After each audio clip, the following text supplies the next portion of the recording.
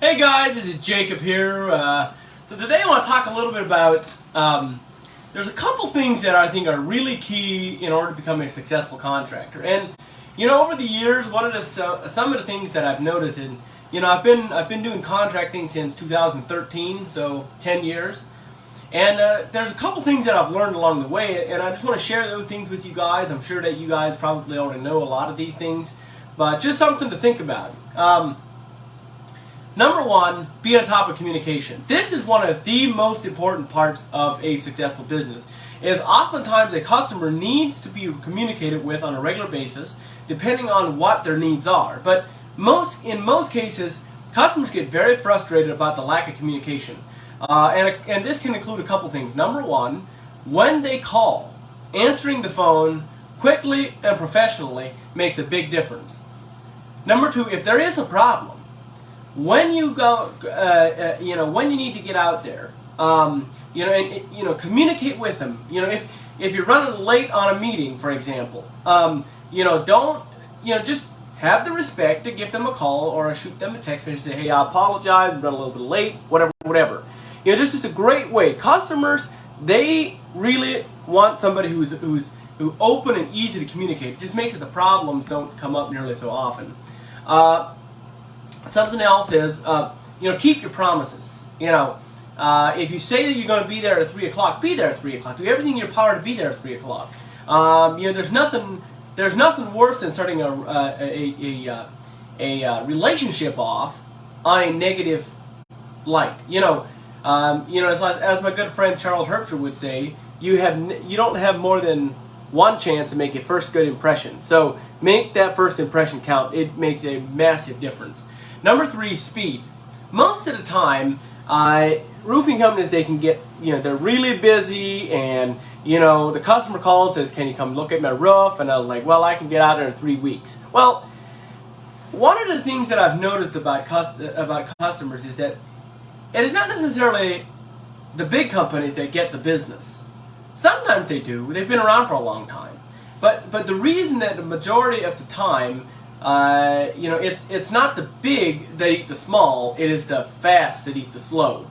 So it's very important that, one of the things that I've noticed, there's two benefits I've noticed. Number one, when I go out and do an estimate, getting out there within 24 to 48 hours after the customer calls me, I've noticed there's a correlation between how many contracts I close and how soon I get out there to give them an estimate on the job. Now, this will vary by customer, because some customers say, you know what, it's not going to suit me until Thursday, I can't do it until next week, whatever. That's fine. However, being there as soon as possible, it gives them a, we live in a society today where that's why fast food is so important. That's why fast food, people love fast food so much. It's not about the good food. It's because it's fast. People want it now.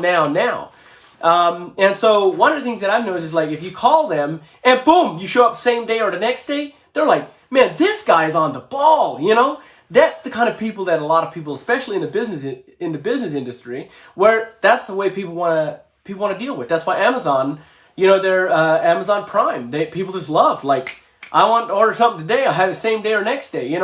That's what they love.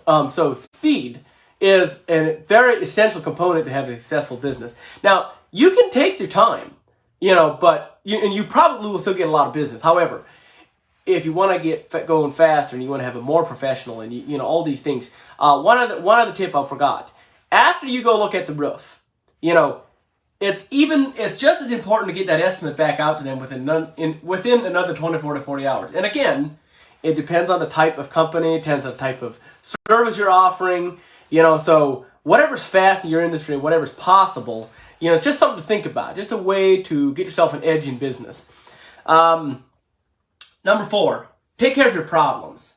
One of our very best customers started the very first project we did for them. It was just a small project. It was like $6,000, and we went out and did it. We got done. No problem whatsoever. So they called us back. They gave us another small project.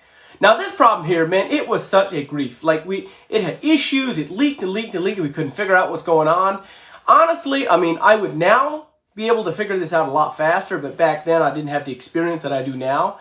But we soon figured out what was going on, but it took us half a dozen times to figure this out and then to fix this problem. By the time it was taken care of, we were out there like maybe 8 times, and so, when you say that you will take care of something, you absolutely take responsibility for that problem. And the sooner you do that, the less problems you'll have in the long run.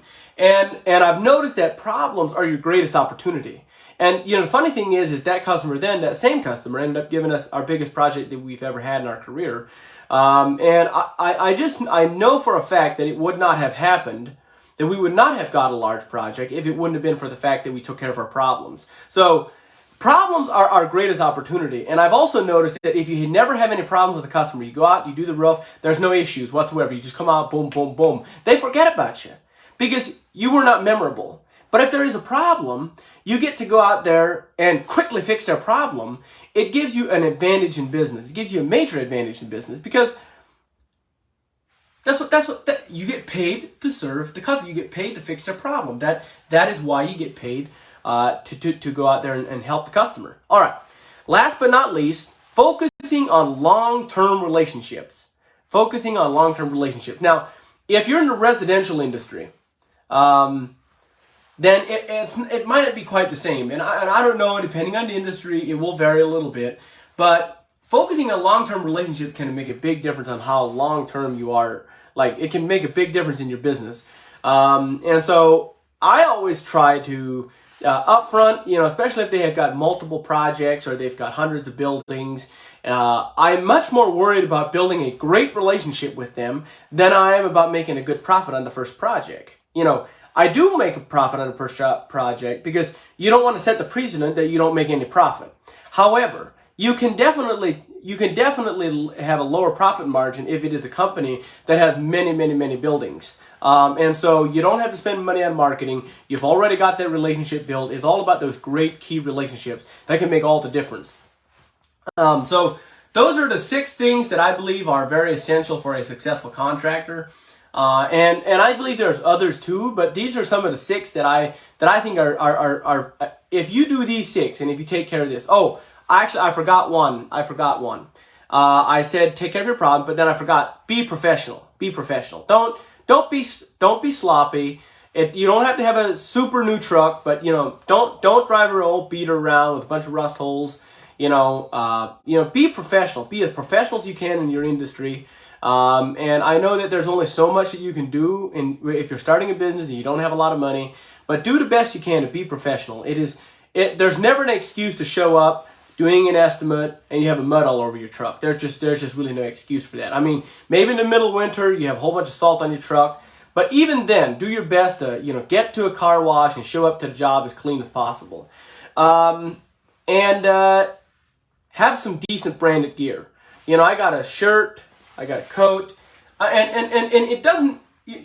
You got to figure out what works for your industry. Some people, they like a hat. They might not wear a shirt or a coat, but they got their hats. And their truck might have all the branding on it. Figure out what works for you. But it's all about having a professional image in front of the customer. And again, it goes back to your first presentation or your first impression. You never have a second chance to make a good first impression. So making that good first impression, when you do estimates, don't make it sloppy. Make it, spend a little bit of time and learn how to make a nicer estimate. Type them up if you can, get on the internet, get on a computer and type yourself up some neat estimates. If you don't have access to a computer, make sure that if you do a handwritten one, it's very neat and very orderly, not sloppy. Don't write outside the lines. Clean, clear lettering, and clear expectations of what you expect and then what the customer is expecting. Making sure about those things. So those are just some of the things that I think that are very successful for a contractor. So anyway, hope you guys have an incredible day, and I'll stay tuned, and I'll be sharing some more information. And as always, let's keep this positive, and it's just amazing what can happen if we're positive. I believe that being positive gets us up to 80% of the way. We don't have to know all the steps, but if we're positive and we do our best, it's just amazing what can happen. You guys have a great day.